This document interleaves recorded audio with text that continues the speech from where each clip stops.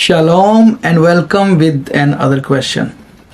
सवाल आज का जो है वो यीशु मसीह का सवाल है। एक्चुअली यीशु मसीह ने फकी फरीसियों से एक दफ़ा सवाल किया और वो लाजवाब हो गए क्योंकि उनके पास उनका जवाब ही नहीं था।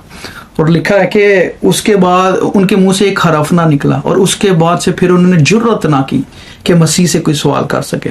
और सवाल देखें, सवाल यीशु मसीह ने उनसे ये पूछा कि तुम मसीह की बाबत क्या कहते हो, फरीसियों से, फकियों से।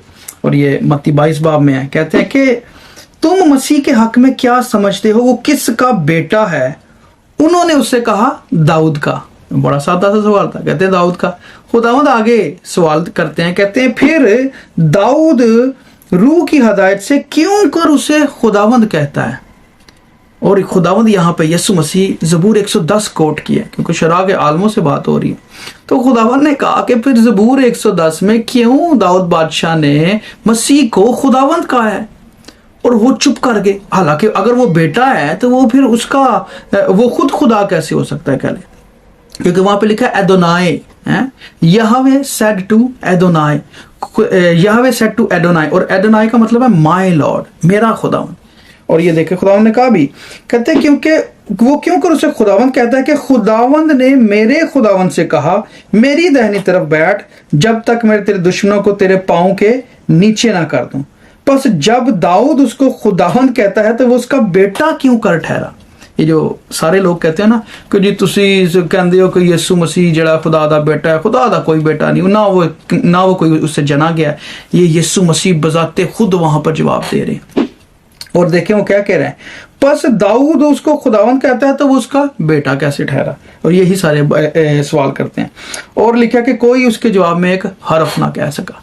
लेकिन जब हम ज़बूर 110 पढ़ें तो फिर पता चलता है कि यहाँ पे जो बात चल रही है वो आने वाले मसीहा की चल रही है। दिस इज ए मैसियानिक साम है, इसको मैसियानिक ज़बूर कहते हैं।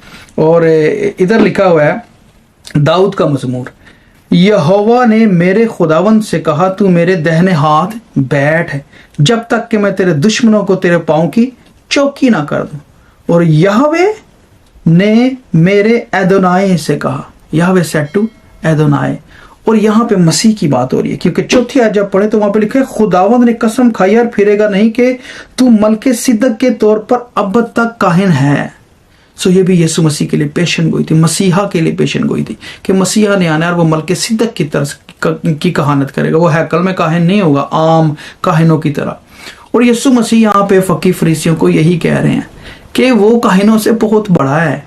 और इसीलिए दाऊद भी उसको रूह की हदायत से खुदावंद कहता है। और खुदावंद का मतलब है एदोनाई, माय लॉर्ड, माय गॉड के मायनों में आता है, but it's more kind of master के रिलेशनशिप है, बड़ा ही कोई खास। तो इसीलिए वो कह रहा है यहोवा ने मेरे खुदावंद से कहा कि मेरा जो खुदावंद है उसके साथ मेरा बड़ा रिश्ता है। मसीहा से कहा, लेकिन वो रूह की हदायत से कह रहा है। लेकिन फकी फरीसियों को ये बातें इतनी अच्छी तरह नहीं थी पता और वो खुदावंद को जवाब नहीं दे सके क्योंकि वो तो यही समझते थे कि यीशु जो है वो पैदा हुआ है। लेकिन जो मसीहा है, जो उसकी खुदाई पहलू है, जो डीटी है, वो तो बनाए आलम से पेशतर से बाप के साथ जलाल रखता था। आमीन। तो यहाँ पे यीशु मसीह ने वही बात उनको बताई और शरीयत से सवाल ही किया and they were unable to answer. लेकिन हमारा ये ईमान है, आप देखें मसीहत का यही तो ईमान है। हम जब कहते हैं ना कि यीशु ही खुदावंद है तो हम भी दाऊद बादशाह की तरह रूह से ही कहते हैं, हालेलुया। हम रूह की हदायत से कहते हैं क्योंकि कलाम में लिखा है कोई ये रूह के बगैर ये नहीं कह सकता कि यीशु खुदावंद है और ना कोई ये इकरार कर सकता है कि वो खुदा से पैदा हुआ। तो जब हम ये कहते हैं तो हम नजात पाते हैं, तो हम रिश्ते में आ जाते हैं। जैसे दाऊद बादशाह एक खास रिश्ते में थे कि वो रूह की हदायत से उनको पता चल रहा था कि यहोवा ने मेरे एदोनाई से कहा है।